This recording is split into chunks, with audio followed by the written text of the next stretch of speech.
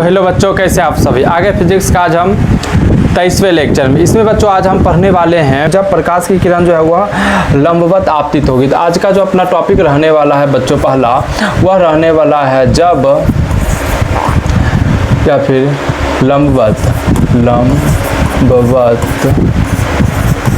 आपतित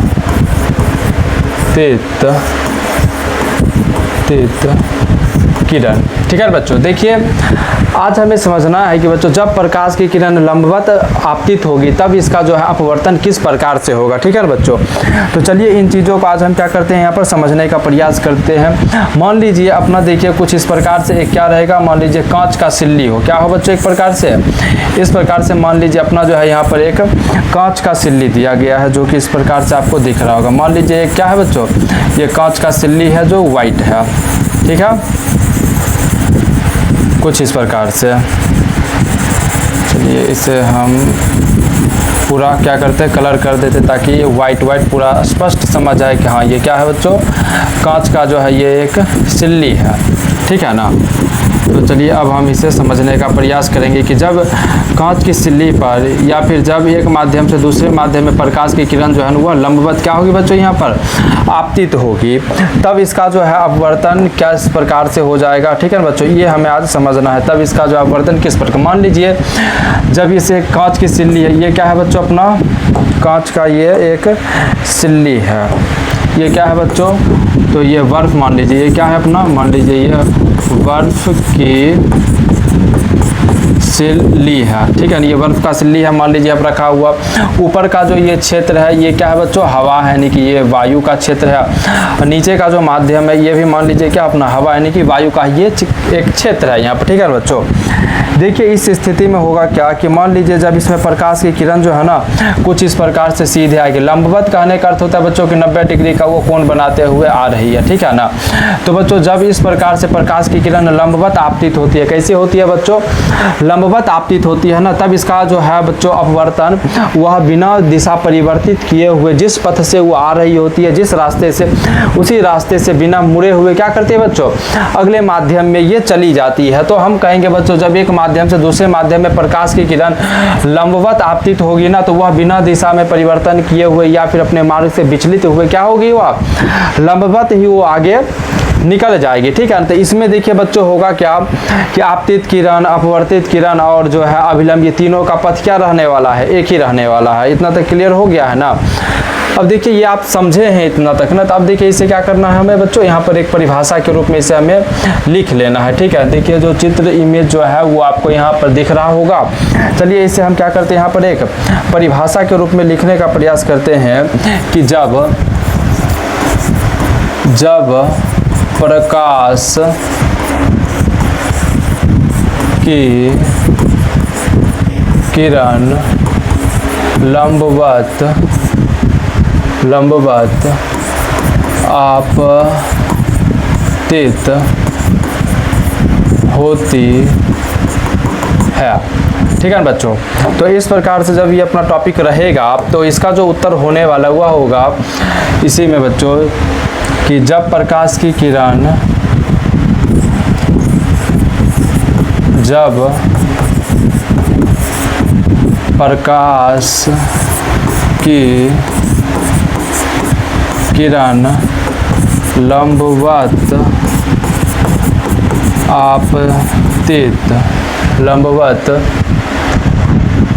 लंबवत आपतित होती है, तब यह किरण अपने मार्ग से विचलित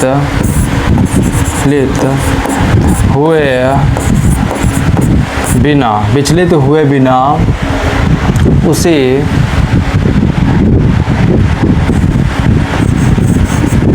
विचलित हुए बिना उसी रूप में अपवर्तित हो जाती है। ठीक है ना बच्चों, जब देखिए प्रकाश की किरण क्या होगी, लंबवत आएगी तो अपने मार्ग में बिना विचलित उसी रूप में, यानी कि जैसे वो आ रही हो वैसे ये क्या हो जाएगी बच्चों, यहाँ से अपवर्तित हो जाएगी। ठीक है ना, तो देखिए इस प्रकार से अपना ये एक कॉन्सेप्ट जो है, जो काफ़ी इंपॉर्टेंट है, ये क्या हो गया यहाँ पर क्लियर हो गया है। ठीक है ना बच्चों, जब यहाँ तक आप समझ चुके हैं तो आगे देखिए अब हमें समझना होगा कि अगला टॉपिक जो अपना रहने वाला है वह क्या रहेगा। तो अगला जो बच्चों अपना टॉपिक होगा वह हो जाएगा पार्श्विक विस्थापन। ठीक है ना बच्चों, तो आगे बच्चों अब हमें समझना है पार्श्विक विस्थापन। ये पार्श्विक विस्थापन जो है यह क्या होता है।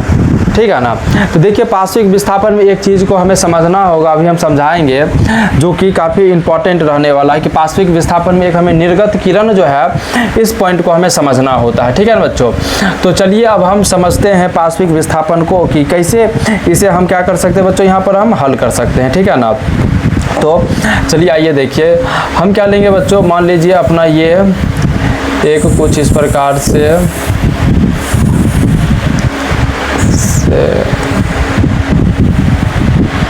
सेप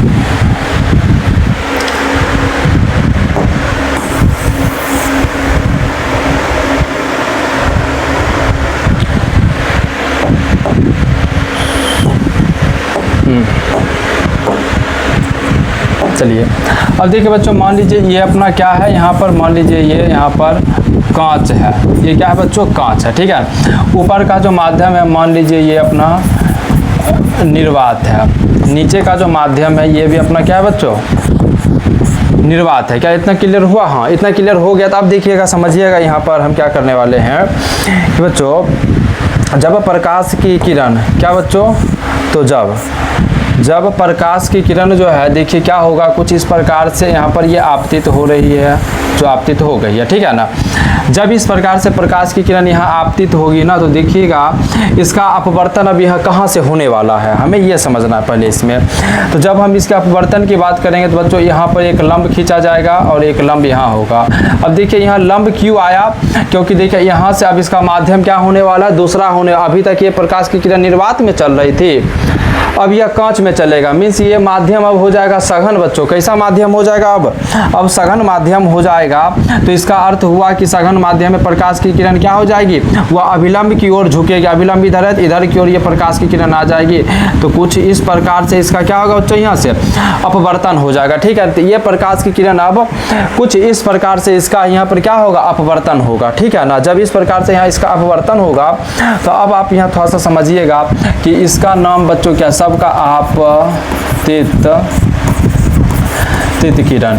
तो इस किरण का नाम आपको पता है आपतित किरण है बच्चों। ये क्या है, यहाँ पर अभी लंब यहाँ पर ये डाला गया है। उसके बाद देखिए ये बच्चों जो किरण है, इस किरण का नाम क्या है, तो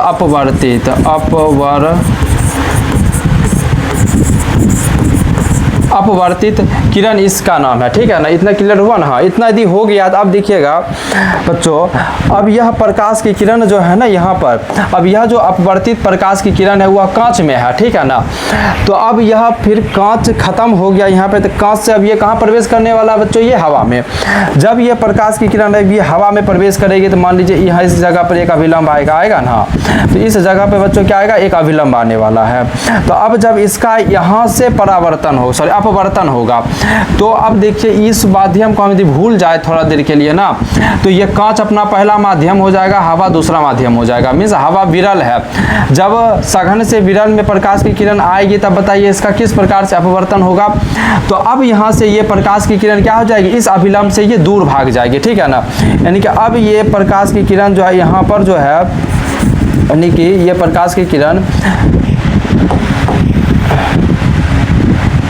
ये प्रकाश किरण यहाँ तक है। अब इसका जो यहाँ से अपवर्तन होगा कुछ इस प्रकार से होने वाला है, ठीक है ना बच्चों, ये कुछ इस प्रकार से अपवर्तित हो जाएगी, ठीक है ना। इस प्रकार से इसका क्या रहने वाला है बच्चों, यहाँ पे पथ रहने वाला है। देखिए हो क्या रहा है कि एक प्रकाश की किरण जो हवा से चलना शुरू की, बीच में कांच आ गया, तो 2 बार इसका माध्यम परिवर्तन हुआ। एक बार माध्यम यहाँ परिवर्तन हुआ कि पहले यह विरल से सघन में प्रवेश किया, फिर इसका माध्यम परिवर्तन हुआ, अब यह सघन से विरल में प्रवेश किया, तो अब इसका पहले वाला पथ ये और वर्तमान पथ ये हो गया है, ठीक हो गया ना बच्चों।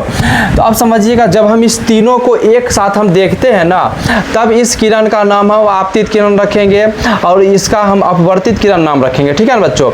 और ये जो बच्चों है ना, इस किरण को हम बोलते हैं निर्गत किरण। इस किरण को बच्चों हम किस नाम से यहाँ जानने वाले हैं, अभी जो है निर्गत किरण के नाम से जानने वाले हैं। क्या किस नाम से जानेंगे बच्चों, हम इसे हम निर्गत किरण के नाम से जानने वाले हैं। तो इस किरण का नाम क्या हो जाएगा बच्चों, निर्गत किरण हो जाएगा, ठीक है ना। तो अब देखिए इस किरण का नाम अपना क्या हो गया, यहाँ पर निर्गत किरण हो गया है, ठीक है, इतना क्लियर हुआ। हाँ, और ये बच्चों क्या है यहाँ पर, तो ये अपना अभिलंब है। ये क्या है बच्चों, यहाँ पर अभिलंब है, ठीक है, ये अपना अभिलंब है। और हम देख रहे हैं कि यहाँ पर जो कोण बन रहा है बच्चों, ये अपना कौन सा कोण है, यहाँ पर आपतन कोण है ये, ठीक है। और ये कोण क्या हो जाएगा, इस माध्यम के मुकाबले ये अपवर्तन कोण हो जाएगा। तो इस कोण का यदि हम नाम की बात करें तो इस कोण का नाम क्या हो जाएगा बच्चों, अपवर्तन कोण हो जाएगा, ठीक है ना। जब हम इसे प्रथम माध्यम मानेंगे तब यह प्रकाश की किरण क्या हो जाएगी बच्चों, इसके लिए यह आपतित किरण हो जाएगी, और यह दूसरा माध्यम इसे मानेंगे तो यह अपवर्तित किरण हो जाएगी निर्गत किरण के स्थान पर, ठीक है ना। निर्गत किरण क्यों कहेंगे, क्योंकि ये एक तरह से हम देख रहे हैं कि ये तीसरा माध्यम हो गया, क्योंकि पहला ये, दूसरा ये, तीसरा ये, इस प्रकार से हुआ, ठीक है बच्चों।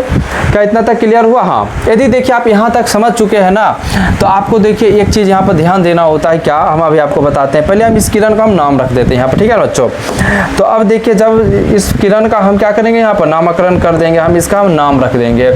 तो मान लीजिए यहाँ पर इसका जो हम नाम क्या रख दे बच्चों, हम पी रख दे, पी।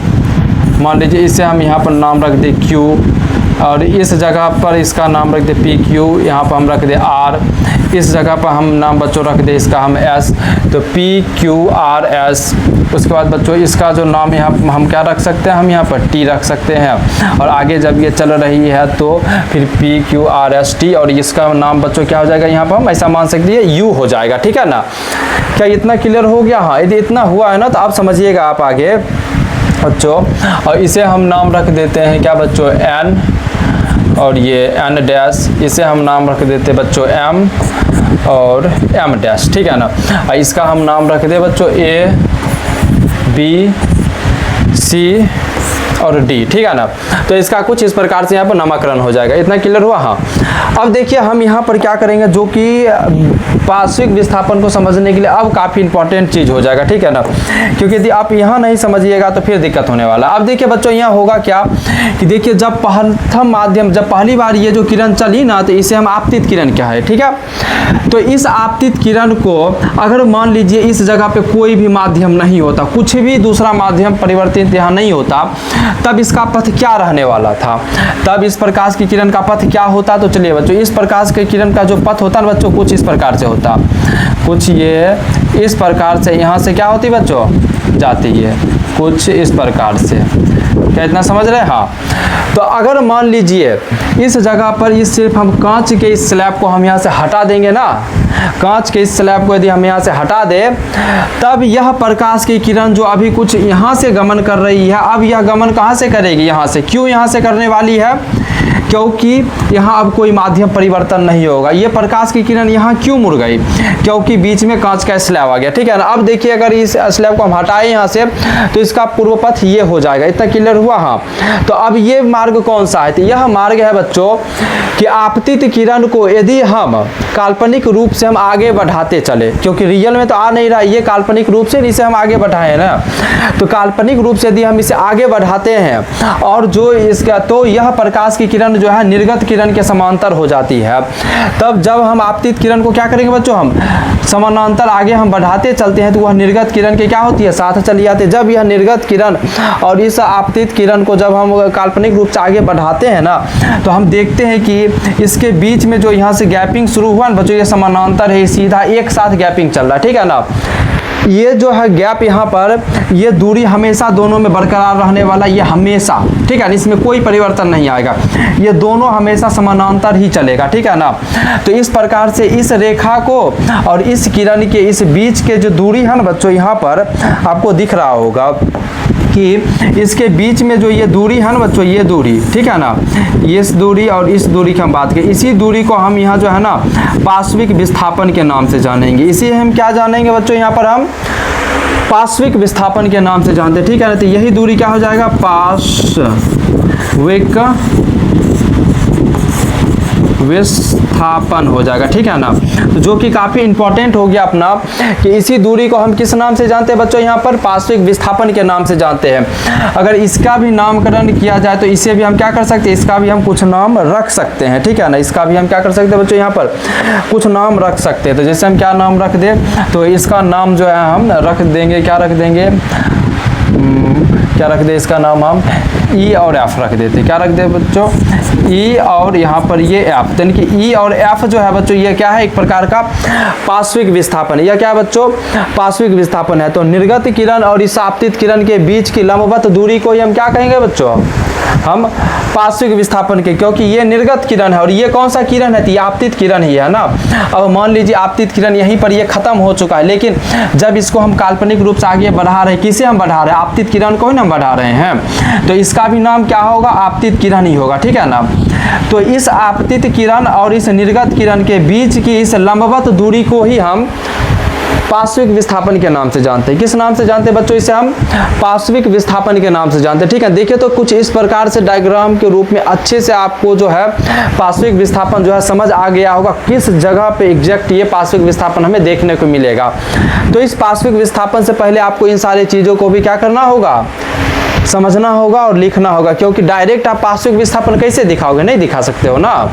सबसे पहले आपको इसे ही ड्रॉ करना होगा, इसे ही करना होगा। जब ये करिएगा तब जाके आपको पार्श्विक विस्थापन आएगा। तो जब भी आपसे एग्जाम मान लीजिए पार्श्विक विस्थापन पूछा जाए तो सिंपल सा डिफिनेशन क्या होगा कि आपतित किरण और निर्गत किरण के बीच की लंबवत दूरी को हम क्या कहते हैं, पार्श्विक विस्थापन कहते हैं। बस इतना ही डिफिनेशन होगा, खत्म हो जाएगा, ठीक है ना। अब बाकी बात यदि आप चाहते हैं इतना डिफिनेशन तो इतना काफ़ी है, सही है, लेकिन अगर चाहते हैं नंबर प्रॉपर मिले अच्छे से तो फिर आपको क्या करना होगा, इस चित्र को बनाना होगा। यदि आप इस प्रकार से इस चित्र को हम बना देते हैं ना, तो फिर आपका नंबर कहीं से भी माइनस नहीं होने वाला है, ठीक है ना बच्चों। तो इस प्रकार से देखिए आपका ये रहा पार्श्विक विस्थापन, ठीक है ना, कि जो इस प्रकार से चित्र में आपको ये क्या करना है बच्चों, यहाँ पर अच्छे से बना लेना है, ठीक है ना। अब हम क्या करते हैं, यहाँ पे इसका परिभाषा जो हो जाएगा इसे हम यहाँ पे अब लिख देते हैं, ठीक है ना बच्चों। तो पार्श्विक विस्थापन का चलिए अब हम यहाँ पे परिभाषा लिख लेते हैं कि इसका परिभाषा जो है वह क्या हो जाएगा, ठीक है ना। तो आइए हम परिभाषा लिखते हैं कि आपतित किरण, आपतित किरण तथा निर्गत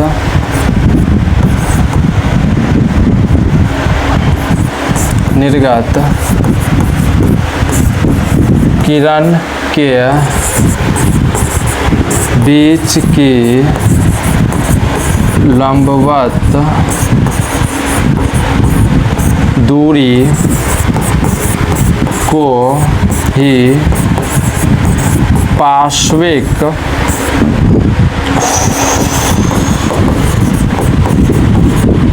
विस्थापन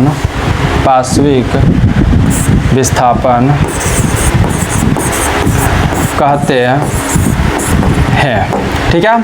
तो देखिए कुछ इस प्रकार से अपना पार्श्विक विस्थापन हो गया, जो कि हम समझ लिए हैं परिभाषा के रूप में भी और चित्र के रूप में भी, ठीक है ना बच्चों। तो यदि आपका यहाँ तक क्लियर हो चुका है तो चलिए अब हम देखने वाले हैं जो अपना अपवर्तन है बच्चों। क्या है अपवर्तन, तो उसके कितने नियम हो जाएंगे, ठीक है, क्योंकि अपवर्तन में जितने भी लगभग कॉन्सेप्ट अभी तक हो जाएंगे जो बताना हमको चाहिए वो हम बता दिए। आगे भी जितने भी पॉइंट है उस सभी को हम बताएंगे, लेकिन उससे पहले हम देख लेते हैं कि इसका नियम को, ठीक है ना बच्चों। तो चलिए अब हम यहाँ क्या करते हैं आगे, अब हम लिखते हैं प्रकाश के अपवर्तन का नियम, ठीक है ना।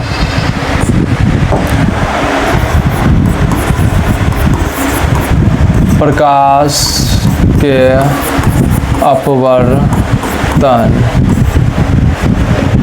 अपवर्तन के नियम, ठीक है।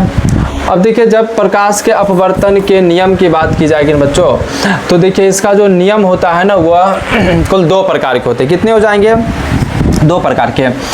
हेडिंग आपको इसी तरह से देना है, आपको पॉइंट वाइज जो हम अभी लिखेंगे ना उसको आपको क्या करना है अपने कॉपी पर लिखते चलना। तो ये तो बच्चों हो गया प्रकाश के अपवर्तन के नियम। तो क्या हो जाएगा कि प्रकाश के अपवर्तन के 2 नियम होते हैं, ठीक है ना। जब हम 2 नियम होते हैं तो हम देखेंगे ना बच्चों कि ये दोनों नियम क्या क्या है, ठीक है ना। तो हम देखेंगे प्रथम नियम को, ठीक है ना। तो आज के क्लास को ही हम क्या करते हैं समाप्त करते हैं, क्योंकि लाइट कट गया है। आगे जो है इस नियम को हम अगले क्लास में देख लेंगे, ठीक है ना बच्चों। तो आज के लिए इतना ही, धन्यवाद क्लास।